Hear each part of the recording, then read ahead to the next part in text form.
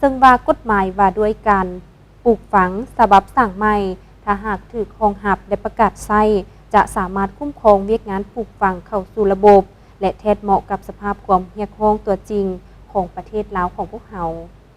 กองประชุมสมัยสามัญเทื่อที่9ของสภาแห่งชาติสุริ9ในวันที่19มิถุนายนนี้ท่านลินคำดวงสวรรค์รัฐมนตรีกระทรวงเกษตรกรรมและสิ่งแวดล้อมได้เสนอร่างกฎหมายว่าด้วยการปลูกฝังฉบับสั่งใหม่โอกาสนี้ได้ยกให้เห็นเหตุผลและความจำเป็นในการสร้างกฎหมายว่าด้วยการปลูกฝังเพื่อพันขยายเวียกงานของกฎหมายว่าด้วยเกษตรกรรมที่ได้ประกาศใช้ในปี 1998 ออกเป็นอันเฉพาะซึ่งระยะผ่านมาพวกเฮาได้ผันขยายออกเป็นเวียกงานเลี้ยงสัตว์การประมงและชลประทานแล้วแต่ยังบ่มีกฎหมายว่าด้วยการปลูกฝังเป็นอันเฉพาะที่เป็นระบบครบสุดเพื่อคุ้มครองเวียกงานปลูกฝังเป็นต้นที่ดินปลูกฝังปัจจัยการผลิตการปรุงแต่งและตลาดการนำเข้าส่งออกการค้นคว้าทดลองด้านการปลูกฝังรวมทั้งการกำหนดนโยบายส่งเสริมเวียกงานดังกล่าวปฏิบัติแนวทางเปลี่ยนแปลงใหม่รอบด้านมีหลักการของภาคโดยเฉพาะทิศนำในการสร้างเศรษฐกิจเอกราชเป็นเจ้าตนเองก็คือการเสริมขยายความเป็นเจ้าการในการผลิตเสบียงอาหารและผลิตเป็นสินค้าเพื่อรับประกันการผลิตกสิกรรมให้มีความยืนยงและปกปักรักษาสิ่งแวดล้อมรับประกันเสบียงอาหารให้เพียงพอ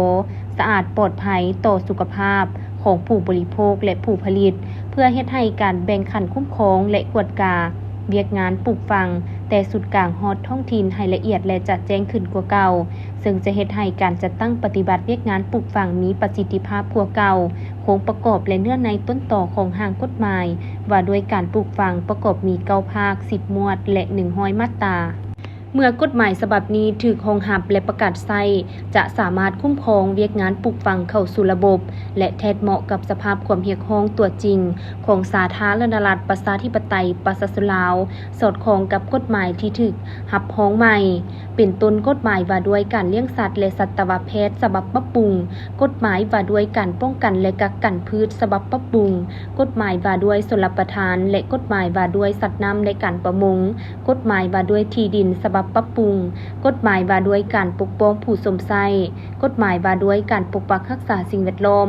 และกฎหมายว่าด้วยการส่งเสริมการลงทุนเพื่อเพิ่มประสิทธิภาพและความเข้มงวดในการคุ้มครองและนำใช้ดินกสิกรรมซึ่งกำลังเป็นปัญหาของสังคมที่ติดพันกับเวียกงานกสิกรรมในปัจจุบัน